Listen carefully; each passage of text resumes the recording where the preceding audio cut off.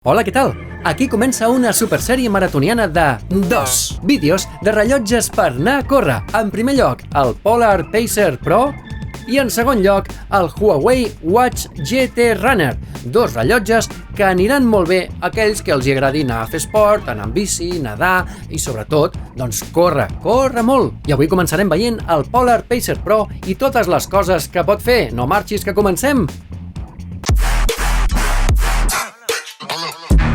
Hola, què tal? Soc el Víctor Endrino. Si ens estàs veient des del canal de YouTube, gràcies per tornar-hi. I si no, a què esperes? Doncs bé, deixa'm parlar-te del Polar Pacer Pro, que és aquest rellotge que ha tret Polar, és l'últim model. Vaig estar l'altre dia a la presentació i està molt bé. És un rellotge molt complet que és el que dèiem abans, no? Esports pot mesurar-te els que vulguis i més. En té més d'un centenar, 130 i no sé quants en té, i el rellotge tu te'n pots passar fins a 20, però és que després, escolta, mira, aquí tens tots els que et surten al rellotge, val? Córrer, estiraments, té moltes modalitats de córrer, té moltes modalitats de ciclisme, de natació, entrenaments de força, triatló, multiesport, té coses molt interessants, però és que després tu pots afegir-li els que tu vulguis. Esports de pilota, esports de gimnàs, de molts tipus, fins i tot d'entreteniment, de fitness dancing, patinatges, té pàdel, té tenis, que molta gent m'ha preguntat, però alerta! Aneu en compte, molt a prop hi ha qui us vigila. La majoria d'aquests esports et mesuren només els valors bàsics de distància, temps, calories, freqüència cardíaca, recorregut, en cas que facin servir GPS, però si, per exemple, entres al tennis, no et mesurarà quants cops has fet, quants drives, quants revesos, quants saques, etc.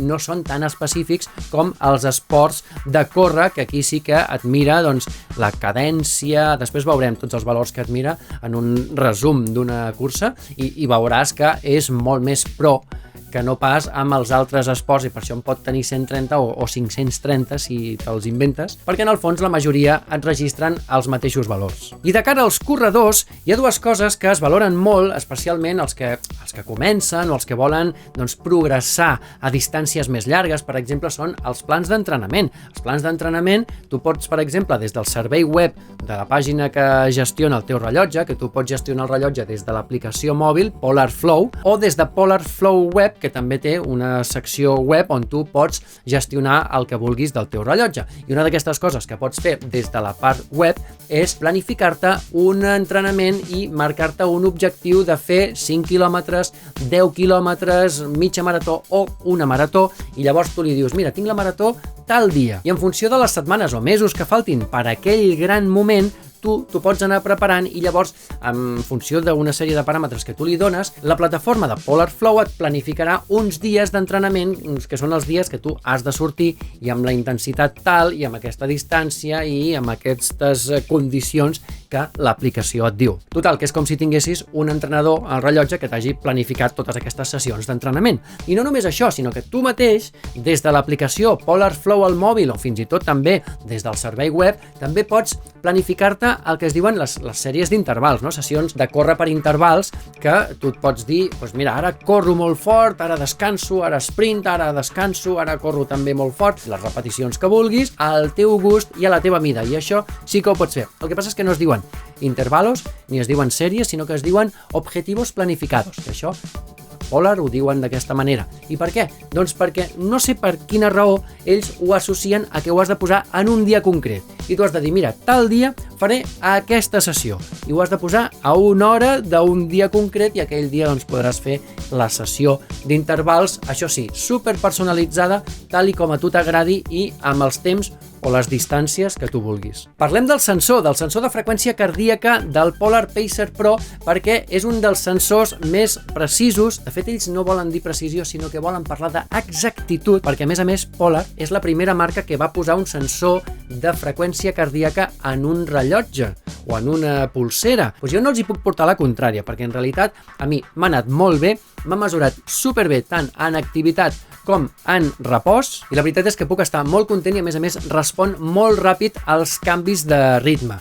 És a dir, jo l'altre dia, per exemple, ara t'ho explicaré, no? Però vaig fer una caminada d'un quart d'hora en què havia de córrer molt ràpid i jo veia que m'estava baixant la freqüència cardíaca i vaig apretar i vaig fer pujar la freqüència cardíaca que m'estava assenyalant el rellotge immediatament. És un sensor que té 10 punts de llums LED i n'hi ha de verds, hi ha LEDs de color taronja i hi ha LEDs de color vermell, i això és perquè cadascun d'aquests colors travessa més o menys la pell per poder arribar a totes les parts de la pell on hi ha els capil·lars i les venetes. Allà és on es mesura el pols i per no perdre's cap ni una de les venetes que corren per aquí sota la pell. El que no té és la lectura de la saturació d'oxigen en sang. Com pot ser que tinguis el millor sensor de freqüència cardíaca del món i en canvi no miris l'oxigen que fan tots els rellotges del món ho fan excepte aquest? No entenc per què no ho fan i espero que ho implementin en una propera actualització perquè això es podrà fer. Pots incorporar aquesta funció encara que vagis tard, no passa res. Això sí, el pulsòmetre et funciona a les 24 hores del dia, 7 dies per setmana i no t'has de preocupar de res, sempre el tindràs amb les llumetes enceses. Ojo, parlem ara del GPS, perquè també té un molt bon GPS, té un GPS que cada vegada que surts a córrer t'està mirant l'ubicació i la localització cada segon t'està mirant quin punt geogràfic en la Terra estàs tu situat per poder-te fer una trajectòria molt ben feta. Però què passa? Doncs passa que en alguns moments, quan vas pel carrer, corrent i tal, i vas entremig d'edificis, com pots veure aquí, doncs se salta alguns edificis. Aquesta és la trajectòria que he fet. Jo crec que li molesten una mica els edificis. No acaba de reconèixer exactament. Quan vas a la platja ja no passa tant, però quan estàs, per exemple, corrent entre els edificis, se'n salta un altre, passa per sobre de les teulades. Aquí veus, semblava jo l'Spiderman, la gata sobre... Ui, quantes plaques solars, mare de Déu, escolta, la gent és sostenible a tope, eh? Però total, que fa una mica el ronso quan estàs entremig dels edificis i si tu ets corredor que va per carrers mitjanament estrets, doncs vés alerta amb això. Però no us preocupeu, perquè de bateria en tens i te'n sobra. Quan dura la bateria? Doncs en aquest cas t'he de dir que dura una setmana sencera amb els sensors tots oberts. No, el GPS no. GPS ara en parlarem, però estàs amb la freqüència cardíaca a les 24 hores del dia i rebent notificacions i fins i tot rebent algunes trucades i et dura una setmana. El GPS té 35 hores de GPS, que també són moltes hores de GPS, i a més té una cosa molt xula, que és que quan tu estàs seleccionant quin esport vols fer en aquell moment, quan estàs a punt de començar una sessió esportiva, et diu, en funció de si aquell esport que tu vols fer fa servir GPS o no el fa servir, doncs et diu quantes hores de bateria et quedaran si tries aquell esport i comences una sessió. No sé, perquè no és el mateix sortir a córrer pel carrer fent servir el GPS, que potser et donarà que et queden 8 hores de rellotge, que si fas un altre esport que no fa servir el GPS, que aleshores et dirà, al costat del símbol de la bateria, que te'n queden moltes més per poder fer el que et doni la gana. I atenció als que feu senderisme, perquè a aquest rellotge se li poden passar rutes en format GPX. Tu li pots importar les rutes que vulguis, l'arxiu GPX en si que t'hagis baixat d'allà on et doni la gana, de Wikiloc o d'on sigui, o de ViewRanger o d'on sigui, i tu les pots, a través del servei web de PolarFlow, tu les pots passar al rellotge sense cap problema. I a més, si tu et passes la ruta des de Komoot, tindràs una funció afegida que és les indicacions gir a gir. Aleshores, tu quan vas a córrer, a falta de 30 metres per girar, el rellotge et vibrarà i et donarà una fletxeta que et dirà, ojo que has de girar.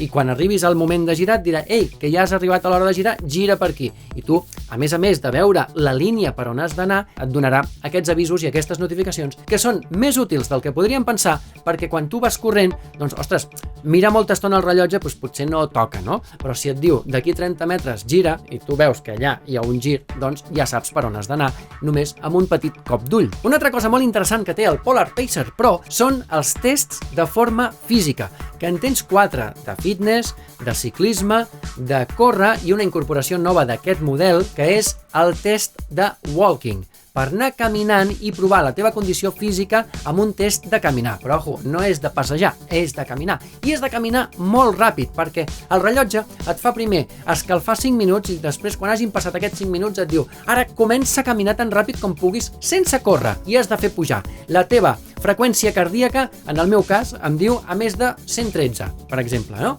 I llavors jo vaig pujant i he d'anar mantenint aquest ritme durant un quart d'hora. Que et penses que no cansa, però jo encara tinc agulletes aquí a uns músculs que no sabia ni que tenia. I quan acabes, doncs et dona una mena de resultats de com està la teva condició física, no? Dius, bueno, la meva condició física és bona. Diu, ja he cogido el ritmo, per mantenir aquest nivell has d'entrenar amb regularitat diverses vegades a la setmana. Bueno, et va donant una sèrie de missatges motivadors, et surt el consum màxim d'oxigen, et surt la distància, et surt el ritme, bueno, una mica el que has fet, una sèrie d'informacions, el mapa del que has fet, que ja has vist que aquí només vaig fer que donar-li voltes i voltes i voltes al parc del centre del Poble Nou, però bé, en qualsevol cas, m'ha servit per saber com tinc jo la meva condició física i cardiovascular i tot això. Que, per cert, la condició física i cardiovascular i els valors d'entrenament te'ls dona molt bé en el resum de carrera. Quins valors et dona després d'anar a córrer? Doncs mira, per exemple, la durada, la distància, la freqüència cardíaca, les calories cremades, això és el més normal, o sigui, és força complet l'ascens, el descens, l'altitud, les passes, o sigui, la cadència, la potència, que te la diu en watts, que està molt bé, el running index, que, bueno, si ho has fet bé, si no ho has fet bé, et dona algun missatge motivador dels beneficis que ha tingut aquest entrenament per tu, també té la càrrega d'entrenament, la càrrega cardiovascular, la càrrega muscular, la intensitat, bueno, les zones d'entrenament on hem estat, les gràfiques de freqüència cardíaca, de ritme, de potència. Aquí ja veieu que el ritme ha anat caient tantes vegades perquè jo em parava a fer fotos.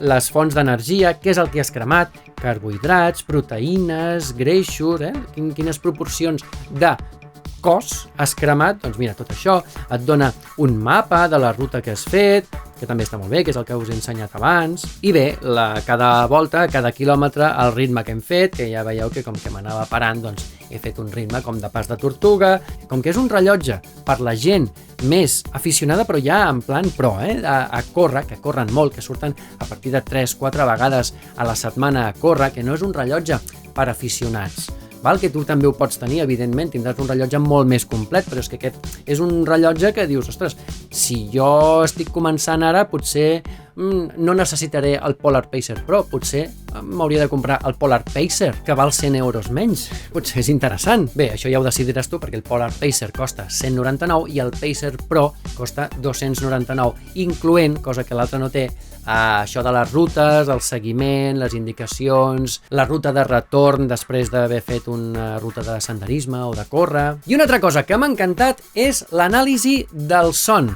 perquè a més té un valor que es diu Nightly Recharge, que és com hem recarregat piles amb la nit i amb totes les hores que hem dormit en aquella nit. Doncs bé, aquí et diu que està entre muy mala i muy buena. Mira, jo justament ara t'estic ensenyant una que és muy mala, però no sempre és muy mala, Jo, per exemple, mira, aquesta ha sigut regular, hi ha dies que dorms més bé, hi ha dies que dorms pitjor, mira, aquesta ha sigut buena. Bueno, doncs molt bé. I després també et fa un estudi del son que és molt complet. A part de dir-te les fases del son i quan has dormit en cada moment i tal, doncs també et diu si la quantitat de son ha estat bé, si l'estabilitat del son també ha estat bé, perquè no és el mateix estar moltes hores al llit, però si després no dorms, la regeneració, és el que et deia abans, o sigui que la continuïtat, el son real, totes les hores que has estat al llit, bueno, d'aquestes hores, realment, quanta estona has estat dormint? Doncs mira, aquí em surt un 89%, el son REM, la fase REM, que és la que regenera, doncs bé, ha estat bé, jo crec que òptim, gairebé òptim, i el son profund, que també regenera molt bé, doncs és de un 10% en el meu cas i en aquella nit. No sé en el teu, però vaja, que et diu moltes coses amb unes gràfiques molt ben posades que trobo que et donen molta informació. I en qüestions de disseny no puc dir que sigui un rellotge espectacular, però tampoc és lleig. Les corretges són molt xules, són unes corretges que estan dissenyades especialment per aquest rellotge, per la seva forma curva, i aleshores es nota que és com si fos una sola peça, però si tu et volguessis posar una corretja de qualsevol lloc estàndard que hagis comprat, tenen uns adaptadors que ja venen amb la capsa, que tu te'ls poses aquí i et pots posar qualsevol corretja de 20 mil·límetres. El vidre és Gorilla Glass, però alerta, la pantalla no és una pantalla AMOLED d'aquestes que brillen molt i tal, ni és tàctil ni res, és, com la majoria de rellotges esportius, una pantalla transflectiva que es diu, que és d'aquestes que quanta més llum li toqui, més bé se't veurà i més clars es veuran els números. És memory in pixel, que diuen ells. Doncs bé, és d'aquest tipus, com que no és tàctil, té molts botons pels voltants, també t'he de dir que és molt còmode i molt lleuger, només pesa 41 grams, va haver un dia que em vaig haver de mirar el canell per veure si el portava, i també t'he de dir que hi ha una sèrie de coses que trobo a faltar, com per exemple, doncs, més varietat en les esferes, no té gaires esferes dissenyades, de fet només té o analògic o digital, no té res, no pots escollir esferes per posar-li, com els Garmin, per exemple, que en tenen moltes, o altres marques de rellotges, aquí no. Tampoc pots pagar amb el rellotge, tampoc, atenció, això és molt important, no li pots passar música al rellotge. Hi ha molta gent que se'n va a córrer connectant-li uns auriculars al rellotge i escoltant la música que hi ha emmagatzemada en el rellotge, doncs en aquest cas no pots. Sí que tens un controlador del multimèdia que sona en el telèfon, però no podràs controlar cap música que tinguis en el rellotge perquè no li pots passar res. L'únic que pots fer és emportar-te el telèfon amb tu en una banda d'aquestes, amb una ronyonera o a la butxaca o allà on sigui, i anar a córrer amb el telèfon a sobre, perquè si no, no podràs escoltar cap mena de música. Probablement els esportistes més d'èlit no volen cap mena de música, però escolta, una miqueta d'alegria mentre vas a córrer tampoc està de més, no? I després, en qüestions de notificacions, doncs bé, t'arriben totes les notificacions, totes les que vulguis, després tu ja les pots bloquejar si no t'interessa rebre les notificacions de, jo què sé, de l'aplicació del Burger King, doncs no te les posis, val? O sigui, tu les pots seleccionar molt bé i després també t'entren les notificacions de trucada.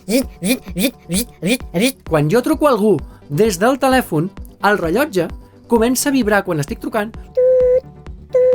El rellotge m'està vibrant com si m'estiguessin trucant, però tio, que jo estic trucant, no estic rebent una trucada.